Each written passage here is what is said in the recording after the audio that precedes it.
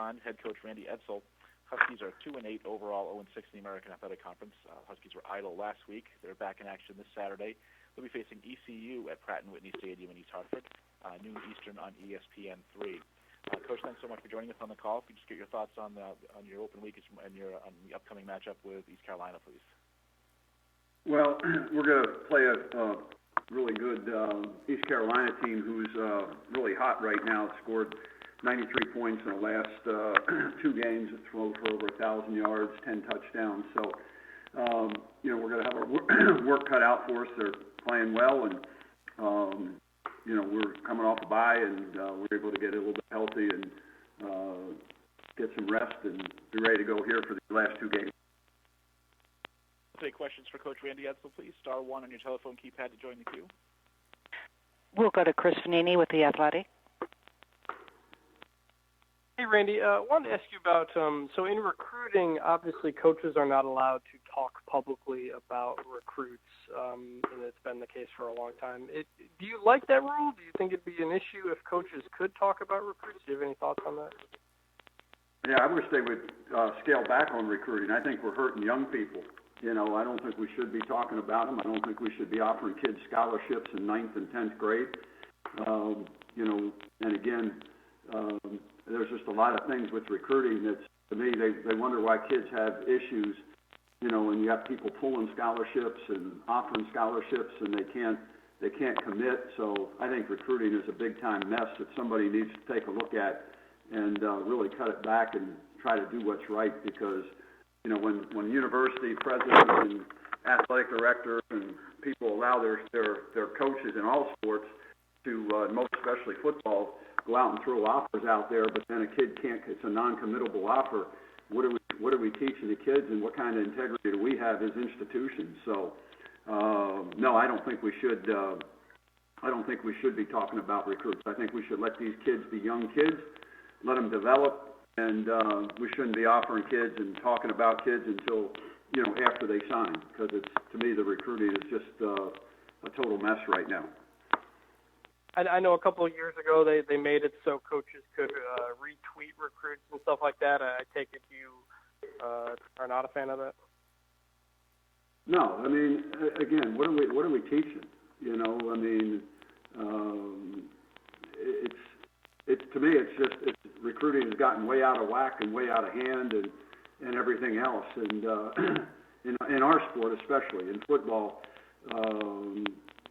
again, how do you know how a kid's got to develop it in 9th grade, or you're offering kids in 8th grade and all that just so you can be first? And people look at Twitter and they see who offered, and they don't even evaluate the film, and then they throw an offer out to a kid. But if a kid wanted to commit, he wouldn't be able to commit. So, it's a sham. It's really a sham. Well, appreciate the time, Randy. Okay. We'll go to Ronnie Woodward with Greenville Daily Reflector. Hey, Coach, I think you referenced last week about not practicing at all with your team. I was just wondering how that went. Was that a good thing, or can you kind of reflect on not practicing and maybe updating your schedule for this week? No, we didn't practice. I just felt, we played 2 games, then we had a bye, and then we went 8 straight games. So I just felt our kids needed a rest. They did things on their own, but we didn't. We went out recruiting and did our schedule that way, and then we got back at it yesterday is a normal Tuesday for us, and so we gained the extra day that way, and I thought it was very beneficial. I thought our kids practiced really well yesterday, went outside, and thought it went well. And, our kids done a good job, and now we're healthier this week, and we'll just move on and practice like we normally practice now for the rest of the week. Okay. And also, just wondering, have you thought much at this point in the season about, obviously, you have 2 games left in the league before leaving the conference. Do the players really want to get that last win, in the league and have that type of moment at the end of the season? Obviously, is that a rallying point at any point in the season now?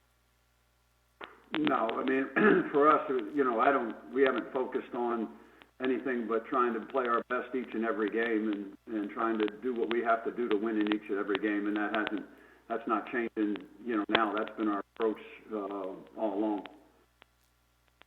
Do you think they're at least aware maybe of the American record right now? Oh, I'm sure our guys are aware of our record. I mean, why wouldn't you be? Okay. Thanks, Coach. We'll go to Zach Boyer with UConn Daily. Hey, Randy. Hope you're doing well. Hey, Zach. I know it's been a while. I know you mentioned last week you might have an update on Krajewski for the final 2 games. What's his status going to be for Saturday? We'll see. We'll see him practice, and then we'll decide where he's at the end of practice this week. Okay. He's the only guy who took part in your guys' off-season competition who was around last year.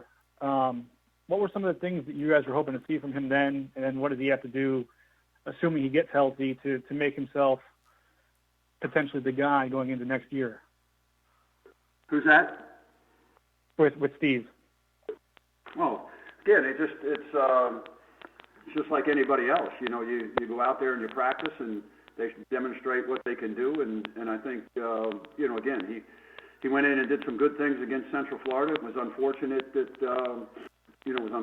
that he got hurt, and now we'll see if he's able and ready to be able to come back, and do anything here in these last 2 games, and then just to continue to develop as a quarterback, as a leader, and take what he did in the Central Florida game and just keep working to improve. Cool, man. Thanks. Mm-hmm. Coach, thank you as always for your time this morning. We look forward to hearing from you once